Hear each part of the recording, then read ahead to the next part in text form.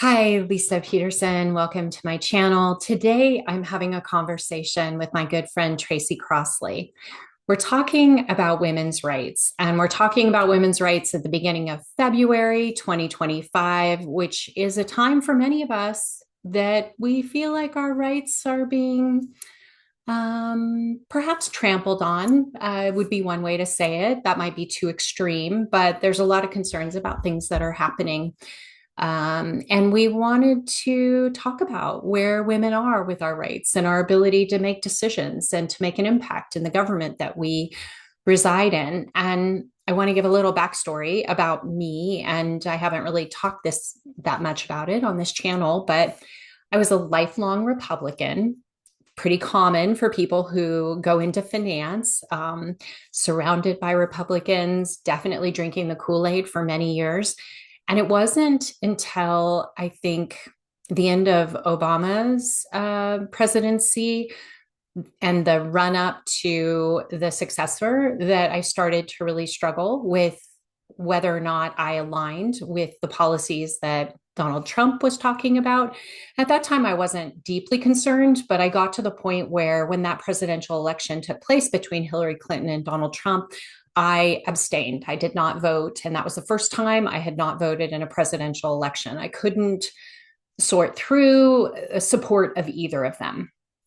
After Donald Trump came into office, the policies from a Republican were very, very different than the reasons that I was very supportive of Republicans. And gradually, year by year, I realized that party, especially the Make America Great Again party, did not resonate, particularly because the rugged individualism that I feel like the party has always been very supportive of no longer fit who I am today and who I was 20 years ago, especially on this mindfulness journey, has been a complete shift. And the biggest shift has been a focus on equality for everyone. I feel like that's probably one of the core themes of my life. I would like to live in a society where everyone was given a fair chance and that it was based on equality and not the color of the skin or how much money you have. It's very utopian for me to think this way. I'm probably setting myself up for absolute disaster, but I can't change that. I care a lot about marginalized communities. I care about making sure that people have opportunities to get a good education, to have access to healthcare, to not be one step away from absolute destitute poverty because they got sick or they lost their job because of a family member being sick. Like, I feel like we need to have more social nets in America. And that pretty much dictates it. But I will say, I'm not supportive of either party now. Democrats, Republicans, nobody floats my boat. There are social issues that are important to me that parties might agree to. There are fiscal responsibilities that a certain party might agree to. But I pretty much don't fit anywhere, is how I would describe it. So, on that note, this conversation today is about equality, about women's rights, about what's happened in the past and where we find ourselves today, and perhaps some things to think about. If this is important to you, if this is something that you want to think about, I invite you to listen to our conversation. We're not holding back. I love Tracy because she definitely instigates me to speak my mind and not hold back. And I feel like that's what this conversation will provide to you. So enjoy. Okay. Hi, Lisa. Welcome to Earned Wisdom. And you're also doing at the same time your video. Yes, yes. Well, we knew that we wanted to share it with our communities, see who's out there who wants to have this conversation with us. Yes. So today we are starting off talking about something, at least on my podcast, Earned Wisdom for Female Leaders. We've really discussed things like the patriarchy, and I'm having more guests on that are talking about a patriarchal system. And it's not to put people in a small group and say you're the problem, but it's more about how it's a systemic issue and how it's really played into a lot of the issues that women as leaders come across. And so I feel today, Lisa and I have talked about this. We wanted to discuss women's rights. What does that even look like? I mean, for me, the more research I've done in writing my Substack on the claiming equality, it has been mind-blowing how I feel like I was like disillusioned, or I had the illusion that women had more equality, but we're not in the Constitution and men are. And that is a huge thing. So, anyways, I could talk forever, but Lisa, what are you thinking here? Yeah, well, it's so funny because we're living these parallel lives, and I am on Substack as well, talking about equal stake. And I feel like that's for women, for marginalized people, for people who don't feel like the system has ever necessarily totally supported them. And I think I'm having the same realizations that you are, that there was a perception. I had a working mom. My mom supported the family growing up. I was like total supportive of women having a voice in the home, women having choices. I selected a husband who is totally supportive of me, what's important to me. Like, I feel like I've created this incredible world, and my daughter's running this successful business, and she is like totally on fire with speaking her truth.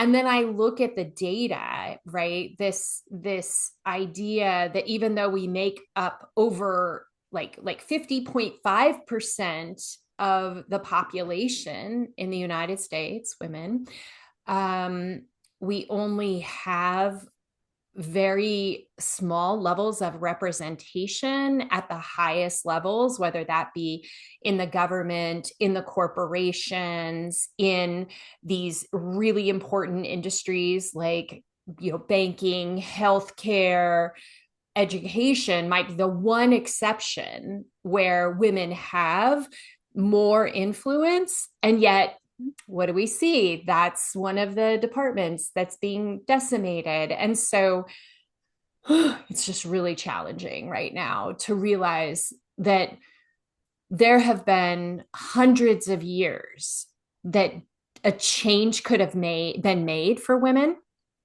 And I'll just put it, I want to turn it back to you, but when I was doing all this research, what blew me away is one night right before bed, I had this realization that out of, I think what I got from AI is there's been about 550 million people that have lived in the United States since its inception. Okay. So we have 330 million now because population, right, is Right, growing. right. But that's a big number. And right before bed, I'm like, and there wasn't one man in power that took it upon himself to help women get like the Equal Rights Amendment passed many, many years ago, to make sure that women were included in the Constitution, that our rights were included. And get this, there was one guy that really made a difference. And we have to go all the way back to the You talking about 1850s. Frederick Douglass? Yes, Yeah, one guy, a yeah, black man who had been a yes, slave, who yes. actually helped the Right. suffragettes like do what they did right at the turn of the 1900. It's just crazy pants that there was nobody But that there's not stuck going up to for be. us. But there's not going to there isn't, because first of all, a patriarchal system goes back thousands of years for the globe. Okay. There are small little matriarchal societies here and there, but they're usually third world nations. And there's nothing wrong with that, because I've thought maybe that would be a good place to go. But anyway, but the point being that a patriarchal system, most people don't realize that they're in it. Most people don't realize they can change it. And most people look at it, especially men, like, why do I want to change it? Why would I even step foot into that? When they had done that first convention, with the whole thing with Frederick Douglass, because he was a part of it, the husbands of the wives were supportive. And there were men there that were supportive. But as you said, there were no men that were saying, hey, we should do this. But they don't do that for anybody. They didn't do that for Black people. They didn't do that for other minorities and freaking Native Americans. They didn't even get the right to vote till like 1920 4, I think it was. So, they were the last ones who got the rights to vote and they were the first ones here. So it's just like nobody thinks of equality. They think you're okay with the system until you say, I'm not okay with the system. So that's why, unless we keep speaking up, we keep showing up, we keep doing things that actually make a difference, then perhaps others will listen. But before I, get back to giving the floor to you, it's like Phyllis Schlafly, I don't know how you say her, Yeah. whatever it was, Phyllis, okay, in the 1970s, like she was against it. And the craziest part of, I'm sorry, she was against the ERA. But the craziest part of that is that she wasn't even one of those women living the life that these women were afraid of losing. Like she wasn't a housewife. She was college educated. Like she was the total opposite. Like she looked like she had all the freedoms, but it's like she just decided, well, no, I don't want other women to experience that, and was giving them all these negative reasons why you don't want to be equal. And I was reading the list and I was like, well, a lot of these things we're doing. You know what I mean? Like the things they thought were going to be horrible. And it's like, well, women are in the military because one of them was like, women being drafted or, you'd have to go to work right away. And it's like, well, you kind of have to. You get what, 6 weeks leave? Woohoo. Like there's so many things that she put as a fear factor that aren't actually a problem. So, anyways, I know you're So like, yeah. she also got played by the establishment. She thought she was going to get responsibility by the Republican administration. And they were like, thanks. But, then they didn't offer her anything. Like she got thrown under the bus, even after helping them pretty much destroy the Equal Rights Amendment, and like at all the emphasis that had been put into it, she was very effective. And I feel like women in this country, and I unfortunately will say white women, and we look at how they voted in this election for a educated rapist, like the idea of somebody who did not have a history of supporting women, but because he selects women that look like Barbie dolls as often as possible to be in his administration based on their looks and the fact that they have been able to do good enough in their job, and they will do whatever he wants, right? So absolute submission, which he also asked for from the guys too. But like they will say, but look, he's got all these women supporting him.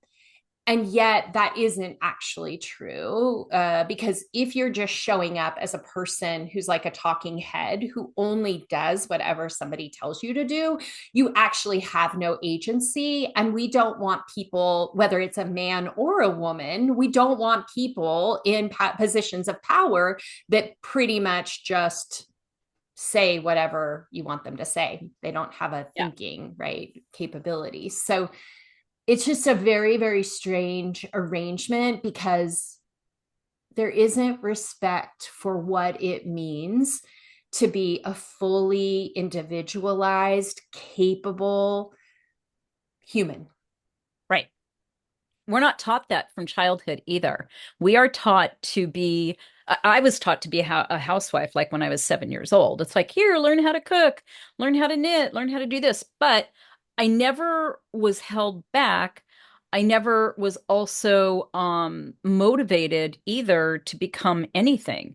In my household, it was just kind of like this weird sort of relationship because my mom stayed home and she would volunteer at school and go, oh, I don't want to be paid for that because then they'll have control of me. And then I had a workaholic father. And the thing is that I looked at my dad. I'm like, oh, I got to be a workaholic because I wanted to be like my dad. I didn't want to be like my mom. And it was a power position thing, right? But a lot of women are brought up to feel guilty if they don't put everybody else first. They're supposed to be the nurturing one. They're supposed to, worry about everybody else's needs. And if those needs aren't met, then there's a problem with the woman, which is such horseshit. But, unfortunately, women are still brought up that way. I mean, it was like I read a statistic that said between 2010 and 2000, I think at 18, that like 300,000 underage girls were married to adult men in this country, and some of Yeah. these girls as young as 10. So what are you being brought up to be, a broodmare? Hmm. Yeah.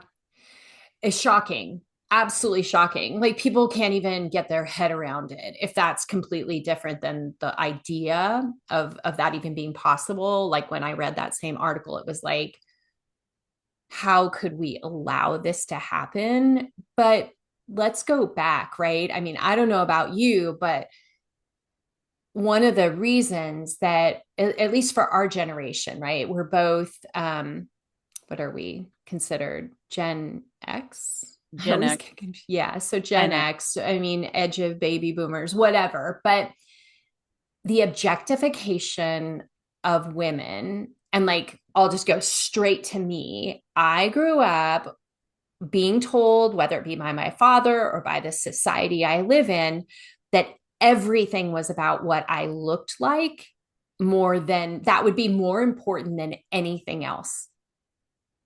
Yep. I was supposed to be smart. I was supposed to like that whole bring home the Mhm. bacon, fry it up in a pan. Like I was supposed to do it all, but the Right. looks was like the most important thing.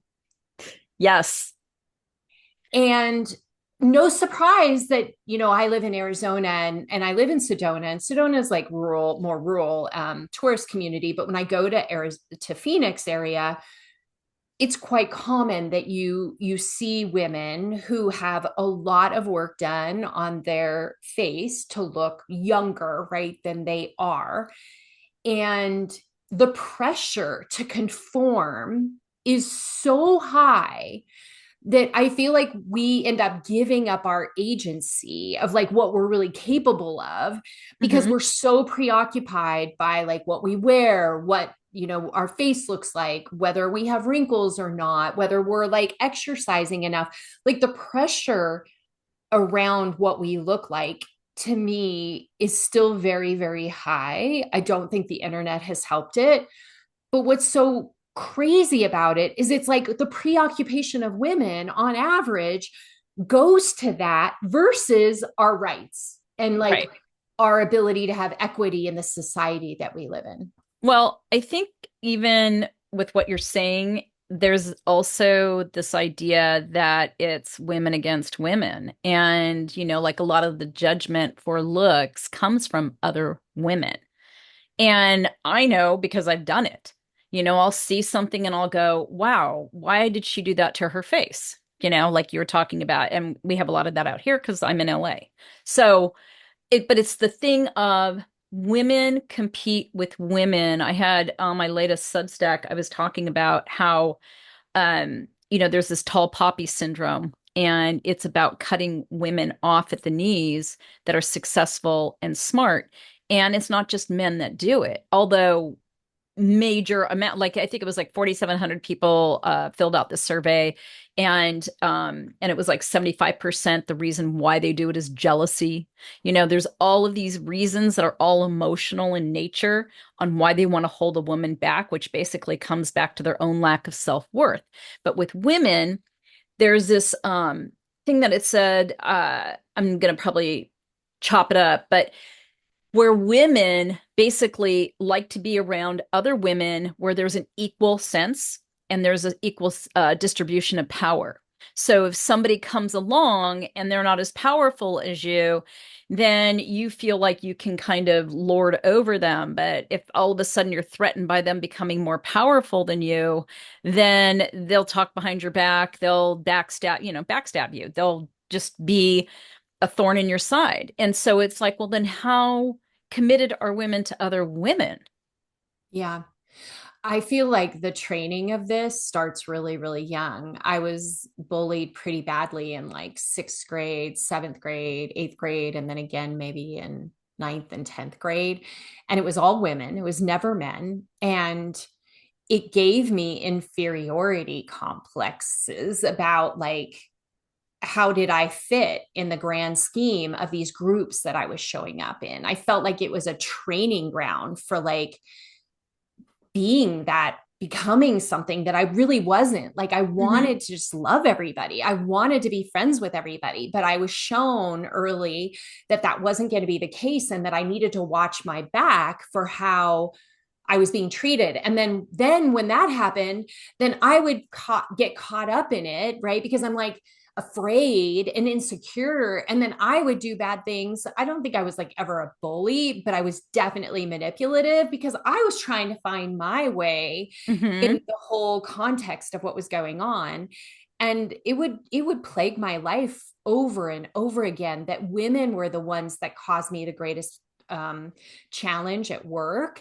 And the whole thing that you're talking about, like it was a very territorial and for me dangerous situation. And all I can say is I don't know if it's as bad in this, for millennials, for example, or Gen Z. I hope it isn't, but I just can only speak from my own experience where it sets us up to feel like we're in competition with each other. And I think it has a lot to do with the patriarchy. It has a lot to do with the hierarchy that we're just fighting in our own kind of level. If you've read Caste, about like the white man being at the top of the caste system in the United States, and then it kind of goes down from there, black men and then women and black women. And I mean, it's ridiculous. But when people are in castes, you will find them fighting for hierarchy in their own kind of segment, but they won't go out of it. And I think that's Right. for women what's happened is we will be like fighting with each other, but then we won't take on the establishment. We won't say, what if we made sure as a collective that every single House and Senate spot in the country, there was a woman that was going to run for each and every one of those. Imagine us Right. working together collectively at that level to make sure that there was Right. one woman in every one of those spots. We would have to work together. We couldn't work against each other. We would have to be supportive. And I would love for something like that to be beyond a party. Like it doesn't even matter. Like we're here for women, not for like some party that we don't totally identify with, which all of us feel that way. Like they don't totally reflect who we are. It's ridiculous to think that a human being's just going to fit in this box. And when we do that, that's what causes extremism, right? So, Well, I mean, I would consider myself probably like a leftist, libertarian, egalitarian. Egalitarianista. No, I mean, like literally, there's like certain aspects of things, but the problem is that women were property basically until the 1800s, and women had to compete. You had to give your dowry, or your family had to give your dowry to a dude, and then you had no rights, right? So you were basically property. So you're coming from competition of that, and it's passed down generation to generation. Anyway, so yes. we've, kind of brought up all of this like ease bonnet here, and we could keep going with that, but I think we've established the issue. And so I was thinking that perhaps what we need to do is we need to look at what solutions are, and yeah, we'd all like to unite. It wouldn't be a two-party thing. Like, I feel like it's not just women. I feel like there are other people that would fit into a party because I feel like most of us want to live in an egalitarian society. That doesn't mean socialism, by the way. But where there is equal opportunity, where people are treated as equal, where it is something that isn't questioned, where one group is going to be upset at another group. And, the separation of groups is just like fucking ridiculous, if you ask me, because it doesn't solve a problem. All it does is it kind of keeps the same pattern of behavior going century after century. And so to me, it's like we have to unite. Number one, I feel Mhm. like that is a huge thing, and speak out when there's harassment and discrimination. And one big thing is we need to start believing women. A lot of us have been harassed, some of us have been assaulted. And the thing is that nobody seems to believe women when they step forward. So then women shut the hell up. I mean, you had the Me Too movement, and then what happened to that? Poof, gone, right? Because, oh, that's not true, and they're lying. And all this shit. And we do this. We always subjugate the woman. So we need to look at listening to women and saying, yes, I'm sure there are people that lie. There's people that lie about all sorts of crap, but majority are telling the truth. I honestly believe that. Yeah. One of the things that I like to do is sort of take myself completely out of perhaps the situation that we're facing right in this moment and think about like, what do I want my granddaughters to thank me for? Like, if I'm going to be, can I be the catalyst? Like, what barriers do I want them to never even know existed? And this might be great granddaughters, I'm not sure, but like, what rights and freedom should be so normalized. And this is what I hear in what you're saying is you're asking this question, but in a different way. Like, what rights and freedoms should be so normalized that they won't believe that there was ever even a fight for them. Right. I think it's, getting the ERA, it's amending the Constitution if we still have a Constitution. But I do absolutely think that you have to go there because that enshrines your equality, period, end of story. Then people Mm-hmm. can't go and fuck with your personhood, you know, Yeah. and you have autonomy of yourself. To me, the only way that that happens is back to what I said. You have women running for every single House and Senate seat in the country. I think You, there's a lot it's to be said for that, but I think it's statewide too. It's not necessarily just the US Senate or the US House. It's in your right, but they're state. the ones who are going to approve. Correct me if I'm wrong. They would be the ones who would ultimately approve it, or is it going to be state by state for the ERA? Because For I the remember. ERA, yeah. So basically, what it is that it was approved in Congress. It's the ratification from the states. And we finally got the last state, which was the 38th state in 2020. And then the archivist is in charge of it and said, well, there's some reason that they can't do it. And then there's some of the states that were pulling out of the 38th that had said originally they would do it. So at this point, Biden said on his last day of office that, the ERA is part of the Constitution, which isn't meaningful and it's not true. And so it's like at this point, you'd have to get these states back on board. And then whatever the issue was that the archivist had. But I don't know if we have enough women who are like, hey, we need to do this. Right, right. It's a very good, I mean, both of us have been thinking about like what can we do and what can we be involved in that would make a difference. And I don't know if you saw, what was it, Miss America? It was a show on Hulu several years ago where they kind of explored what happened with the ERA, and it was very well done and kind of bringing topics to light. But what they did, it would require going back and doing it again, is my guess, is bringing awareness to on a nationwide basis. But who knows? I mean, we don't know what's about to happen. And if No. they were to take away rights to a nationwide ban of abortion or taking certain medication off the market, Comstock Act, whatever they implement or try to implement, it could be that something like that has to happen before enough women say, okay, enough is enough. Let's go back and do this. Who do we need? Yeah. Where do we need to have people in Yeah. power? I mean, this could be a 10-year exercise, unfortunately, assuming that the Constitution is still intact in 4 years. Well, I mean, people usually have to feel the pain before they do it. I mean, you and I are kind of outliers because a lot of these things aren't going to affect us, because we're older. And the thing is that I can see the train coming down the tracks, and I just feel like you have to speak up. We have to group together, supporting campaigns that are for women, getting out there and getting into the House or getting into the Senate, whether it's statewide or US wide. I think both. Yep. Um, and working towards changing laws. I mean, they have some crazy shit going on in some of these states where, come on, they just want to control women. So, I feel also encouraging women to be leaders, and I just feel like we need a group. We need cohesion. So I Yeah. think we should continue this in another podcast. What do you think? I think so. Definitely. There's so much. I love it. I know. Thank you for talking to me about it. And these aren't things that can be solved in a 20-minute or 30-minute conversation, but what I know we wanted to do is bring other people into the things that we're talking about so that if they're also thinking about it, they're like, "Oh my gosh, I'm not alone in all of Right. this." Right. Exactly.